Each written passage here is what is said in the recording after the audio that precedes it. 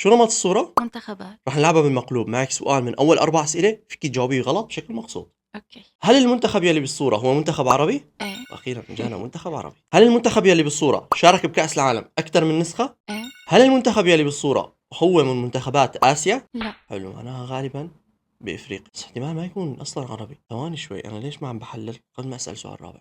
هل هو منتخب عربي؟ قد يكون إيه ولا. هل هو منتخب بآسيا؟ لا. طيب رح أسأل السؤال، هل المنتخب يلي بالصورة بإفريقيا؟ لا.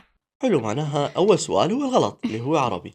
بما انه لا بآسيا ولا بافريقيا فهو ما منتخب عربي. راح اعطيكي شو شغلات كان افكر فيها. طبعا هن كتار كتار كتار كتار، بس انا راح اكب اشهر المنتخبات الاوروبيه: فرنسا، ايطاليا، المانيا، اسبانيا. لا، ولا واحد فيهم. ولا واحد منهم. لا. لا والله كتار اللي ضلوا. طيب هل المنتخب يلي بالصوره فاز بكأس العالم اكثر من مرتين؟ إيه. مين ضل عندنا فاز اكثر من مرتين ما ذكرت اسمهم؟ في البرازيل وفي الارجنتين واوروغواي. اوروغواي مرتين خلصوا على فكره، ما في غير هدول الاثنين. هل المنتخب يلي بالصوره هو البرازيل؟ صح. برافو. لا سهل البرازيل، لانه كأس العالم مرتبطة مع البرازيل.